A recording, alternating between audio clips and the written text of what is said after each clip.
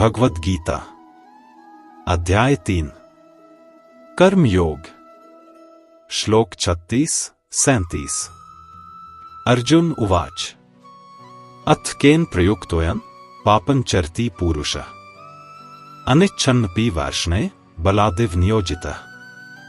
श्री भगवानुवाच काम एष क्रोध एष रजोगुण समुद्भवः महाशनो महापापमा विध्येन में वैरिणम।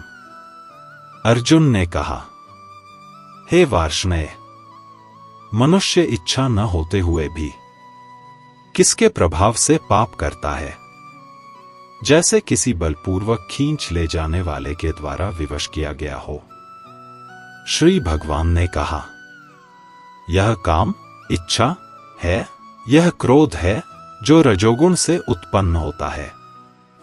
यह बहुत ही भक्षण करने वाला, तृप्त न होने वाला और महान पापी है। इसे ही इस संसार में मनुष्य का शत्रु जानो। अब अर्जुन एक ऐसा प्रश्न पूछते हैं जो हर मनुष्य के जीवन में कभी न कभी उठता है।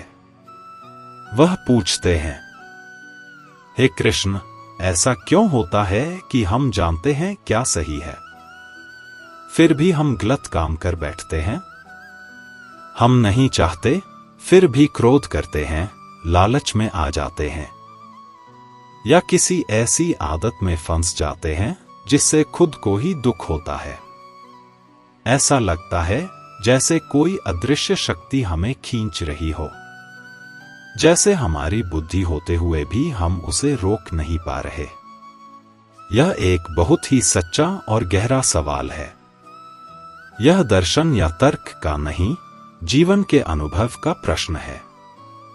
हर कोई कभी न कभी इस संघर्ष से गुजरता है। अब श्री कृष्ण इस प्रश्न का उत्तर देते हैं, बहुत ही सीधा और सटीक। वे कहते हैं, वह शक्ति जो तुम्हें तुम्हारे ही विरुद्ध खींचती है, वह है काम और क्रोध। यह रजोगुण से पैदा होते हैं।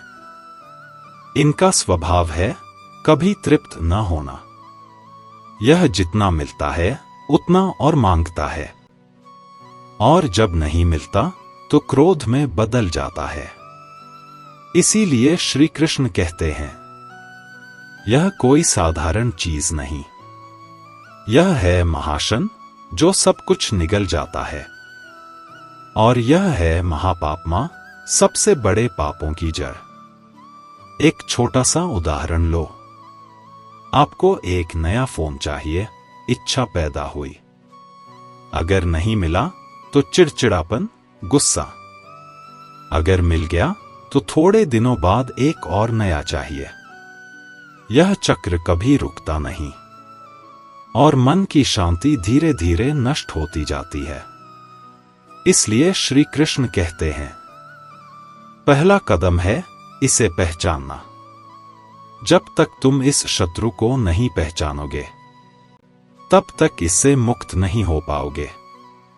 यह बाहर नहीं है, यह भीतर है, और इसे जीतने के लिए पहले देखना जरूरी है कि यह कैसे काम करता है।